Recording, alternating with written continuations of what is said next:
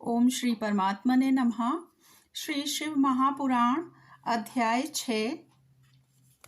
संध्या की तपस्या, उसके द्वारा भगवान शिव की स्तुति तथा उससे संतुष्ट हुए शिव का उसे अभीष्ट वर दे मेधातिथि के यज्ञ में भेजना। तो ब्रह्मा जी कहते हैं, मेरे पुत्रों में श्रेष्ठ महाप्राग नारद तपस्या के नियम का उपदेश दे। जब वशिष्ठ जी अपने घर चले गए तब के उस विधान को समझकर संध्या मन ही मन बहुत प्रसन्न हुई। फिर तो वह सानंद मन से तपस्विनी के योग वेश बनाकर ब्रह्लोहित सरोवर के तट पर ही तपस्या करने लगी। वशिष्ठ जी ने तपस्या के लिए जिस मंत्र को साधन बताया था, उसी से उत्तम भक्ति भाव के साथ वह भगवान शंकर की आराधना करने लगी।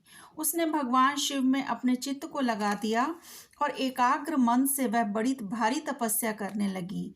उस तपस्या में लगे हुए उसके 4 युग व्यतीत हो गए।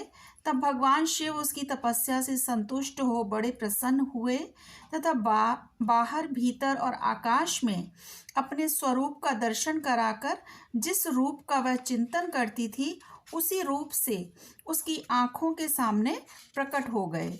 उसने मन से जिनका चिंतन किया था, उन्हीं प्रभु शंकर को अपने सामने खड़ा देख वह अत्यंत आनंद में निमग्न हो गई। भगवान का मुखारविंद बड़ा प्रसन्न दिखाई देता था। उनके स्वरूप से शांति बरस रही थी। वह सहसा भयभीत हो सोचने लगी कि मैं भगवान हर से क्या कहूँ, किस तरह उनकी स्तुति करूं। इसी चिंता में पड़कर उसने अपने दोनों नेत्र बंद कर लिए। नेत्र बंद कर लेने पर भगवान शिव ने उसके हृदय में प्रवेश करके उसे दिव्य ज्ञान दिया, दिव्य वाणी और दिव्य दृष्टि प्रदान की। जब उसे दिव्य ज्ञान, दिव्य दृष्टि और दिव्य वाणी प्राप्त हो गई, तब वह कठिनाई से ज्ञात होने वाले जगदीश्वर शिव को प्रत्यक्ष देखकर उनकी स्तुति करने लगी।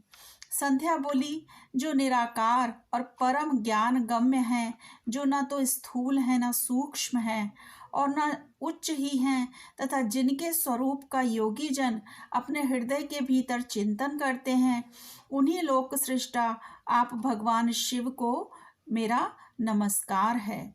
जिन्हें शर्व कहते हैं, जो शांत स्वरूप, निर्मल, निर्विकार और ज्ञान गम्य हैं, जो अपने ही प्रकाश में स्थित हो प्रकाशित होते हैं, जिनमें विकार का अत्यंत अभाव है, जो आकाश मार्ग की भांति निर्गुण निराकार बताए गए हैं तथा जिनका रूप अज्ञानांधकार मार्ग से सर्वथा परे है, उन नित्य प्रसन्न आप भगवान शिव को मैं प्रणाम करती हूँ।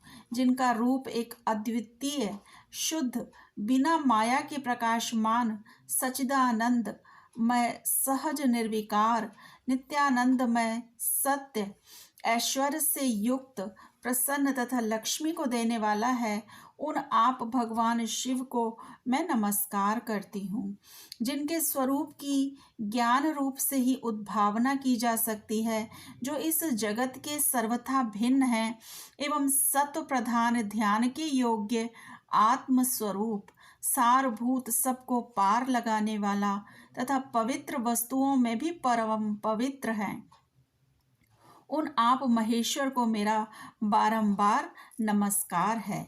आपका जो स्वरूप शुद्ध, मनोहर, रत्नमय, आभूषणों से विभूषित तथा स्वच्छ कपूर के समान गौरवर्ण है, जिसने अपने हाथों में वर, अभय, शूल और मुंड धारण कर रखा है, उस दिव्य चिन्मय सगुण साकार विग्रह से सुशोभित आप योग युक्त भगवान शिव को नमस्कार है। आकाश, पृथ्वी, दिशाएं, जल, तेज तथा काल, ये जिनके रूप हैं, उन आप परमेश्वर को मेरा बारंबार नमस्कार है। प्रधान प्रकृति और पुरुष जिनके शरीर रूप से प्रकट हुए हैं, अर्थात वे दोनों जिनके शरीर हैं, इसीलिए जिनका यथार्थ रूप अव्यक्त है, उन भगवान शंकर को मैं बार बार नमस्कार करती हूँ। जो ब्रह्मा होकर जगत की सृष्टि करते हैं, जो विष्णु होकर संसार का पालन करते हैं तथा जो रुद्र होकर अंत में इस सृष्टि का संहार करते हैं, उन्हीं आप भगवान सदाशिव को मेरा बारंबार नमस्कार है, जो कारण के भी कारण हैं, दिव्य अमृत रूप ज्ञान तथा अणिमा आदि ऐश्वर्य प्रदान करने वाले हैं, समस्त लोकांतरों का वैभव देने वाले हैं, स्वयं प्रकाश रूप हैं तथा प्रकृति से भी परे हैं। उन परमेश्वर शिव को मेरा नमस्कार है, नमस्कार है। यह जगत जिनसे भिन्न नहीं कहा जाता, जिनके चरणों से पृथ्वी तथा अन्य अंगों से संपूर्ण दिशाएं, सूर्य, चंद्रमा, कामदेव एवं अन्य देवता प्रकट हुए हैं और जिनकी नाभि से अंतरिक्ष का आविर्भाव हुआ है, उन्हीं आप भगवान शंभु को मेरा नमस्कार है। प्रभु, आप ही सबसे उत्कृष्ट परमात्मा हैं, आप ही नाना प्रकार की विधाएं हैं, आप ही हर संहार करता हैं, आप ही सद ब्रह्म तथा पर ब्रह्म हैं। आप सदा विचार में तत्पर रहते हैं, जिनका ना आदि है, ना मध्य है और ना ही अंत है, जिनसे सारा जगत उत्पन्न हुआ है तथा जो मन और वाणी के विषय नहीं है, उन महादेव जी की स्तुति मैं कैसे कर सकूंगी। ब्रह्मा आदि देवता तथा तपस्या के धनी मुनि भी जिनके रूपों का वर्णन नहीं कर सकते, उन्हीं परमेश्वर का वर्णन अथवा स्तवन मैं कैसे कर सकती हूँ। प्रभु, आप निर्गुण हैं, मैं मूढ़ स्त्री आपके गुणों को कैसे जान सकती हूँ। आपका रूप तो ऐसा है जिसे इंद्र सहित संपूर्ण देवता और असुर भी नहीं जानते हैं। महेश्वर, आपको नमस्कार है। तपोमय, आपको नमस्कार है। देवेश्वर शंभो, मुझ पर प्रसन्न होइए, आपको बारंबार मेरा नमस्कार है। ब्रह्मा जी कहते हैं, नारद, संध्या का यह स्तुतिपूर्ण वचन सुनकर उसके द्वारा भली भांति प्रशंसित एवं भक्तवत्सल परमेश्वर शंकर बहुत प्रसन्न हुए। उसका शरीर वल्कल और मृग चर्म से ढका हुआ था, मस्तक पर पवित्र जटाजूट शोभा पा रहा था। उस समय पाले के मारे हुए कमल के समान उसके कुम्हलाए हुए मुंह को देखकर भगवान हर दया से द्रवित हो उससे इस प्रकार बोले। महेश्वर ने कहा, भद्रे, मैं तुम्हारी इस उत्तम तपस्या से बहुत प्रसन्न हूँ।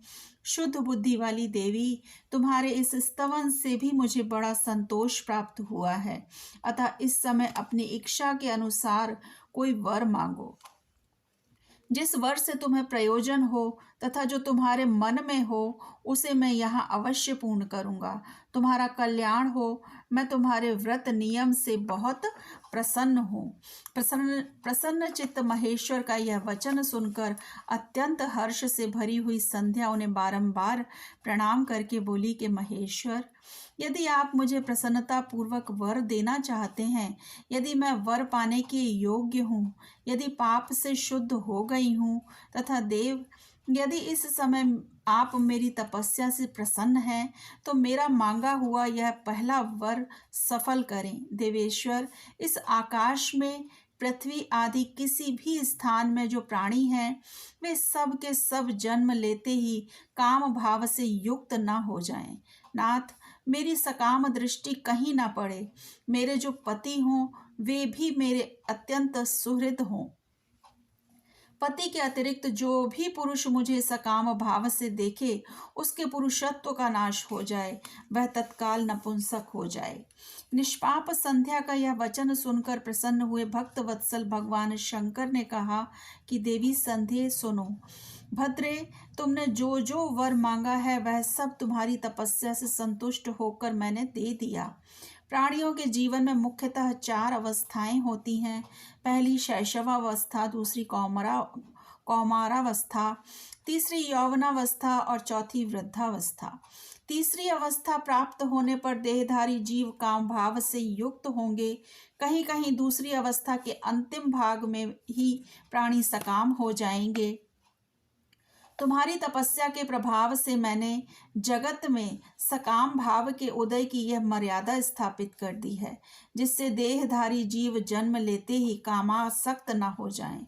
तुम भी इस लोक में वैसे दिव्य सती भाव को प्राप्त करो जैसा तीनों लोकों में दूसरी किसी स्त्री के लिए संभव नहीं होगा। पाणी ग्रहण करने वाले पति के सिवा जो कोई भी पुरुष सकाम होकर तुम्हारी ओर देखेगा वह तत्काल नपुंसक होकर दुर्बलता को प्राप्त हो जाएगा। तुम्हारे पति महान तपस्वी तथा दिव्य रूप से संपन्न एक महाभाग महर्षि होंगे जो तुम्हारे साथ 7 कल्पों तक जीवित रहेंगे। तुमने मुझसे जो जो वर मांगे थे वे सब मैंने पूर्ण कर दिए हैं। अब मैं तुमसे दूसरी बात कहूँगा जो पूर्व जन्म से संबंध रखती है। तुमने पहले से ही यह प्रतिज्ञा कर रखी है कि मैं अग्नि में अपने शरीर को त्याग दूंगी। उस प्रतिज्ञा को सफल करने के लिए मैं तुम्हें एक उपाय बताता हूँ, उसे निस्संदेह करो। मुनिवर मेधातिथि का एक यज्ञ चल रहा है जो 12 वर्षों तक चालू रहने वाला है। उसमें अग्नि पूर्णतया प्रज्वलित है। तुम बिना विलंब किए उसी अग्नि में अपने शरीर का उत्सर्ग कर दो। इसी पर्वत की उपत्यका में चंद्रभागा नदी के तट पर तापस आश्रम में मुनिवर मेधातिथि महायज्ञ का अनुष्ठान करते हैं। तुम स्वच्छंदता पूर्वक वहां जाओ। मुनि तुम्हें वहां देख नहीं सकेंगे। मेरी कृपा से तुम मुनि की अग्नि से प्रकट हुई पुत्री होगी। तुम्हारे मन में जिस किसी स्वामी को प्राप्त करने की इच्छा हो उसे हृदय में धारण करके उसी का चिंतन करते हुए तुम अपने शरीर का उसी यज्ञ की अग्नि में होम दे दो। संध्या जब तुम इस पर्वत पर 4 युगों तक के लिए कठोर तपस्या कर रही थी, उन्हीं दिनों उस चतुर्युगीय सतयुग बीत जाने पर त्रेता के प्रथम भाग में प्रजापति दक्ष के बहुत सी कन्याएं हुई। उन्होंने अपनी उन सुशीला कन्याओं का यथा योग्य वरों के साथ विवाह कर दिया। उनमें से 27 कन्याओं का विवाह उन्होंने चंद्रमा के साथ किया। चंद्रमा अन्य सब पत्नियों को छोड़कर केवल रोहिणी से प्रेम करने लगे। इसके कारण क्रोध से भरे हुए दक्ष ने जब चंद्रमा को श्राप दे दिया तब समस्त देवता तुम्हारे पास आए, परंतु संध्या तुम्हारा मन तो मुझ में लगा हुआ था, अतः तुमने ब्रह्मा जी के साथ आए हुए उन देवताओं पर दृष्टिपात नहीं किया। तब ब्रह्मा जी ने आकाश की ओर देखकर और चंद्रमा पुनः अपने स्वरूप को प्राप्त करें यह उद्देश्य मन में रखकर उन्हें श्राप से छुड़ाने के लिए एक नदी की सृष्टि की जो चंद्र या चंद्रभागा नदी के नाम से विख्यात हुई। चंद्रभागा के प्रादुर्भाव काल में ही महर्षि मेधातिथि यहाँ उपस्थित हुए थे। तपस्या के द्वारा उनकी समानता करने वाला ना तो कोई हुआ है और ना ही कोई होगा। उन महर्षि ने महान विधि विधान के साथ दीर्घ काल तक चलने वाले ज्योतिष्टोम नामक यज्ञ का आरंभ किया है। उसमें अग्निदेव पूर्ण रूप से प्रज्वलित हो रहे हैं। उसी आग में तुम अपने शरीर को डाल दो और परम पवित्र हो जाओ।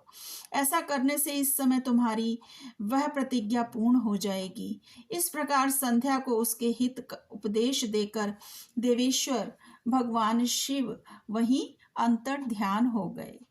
ओम नमः शिवाय।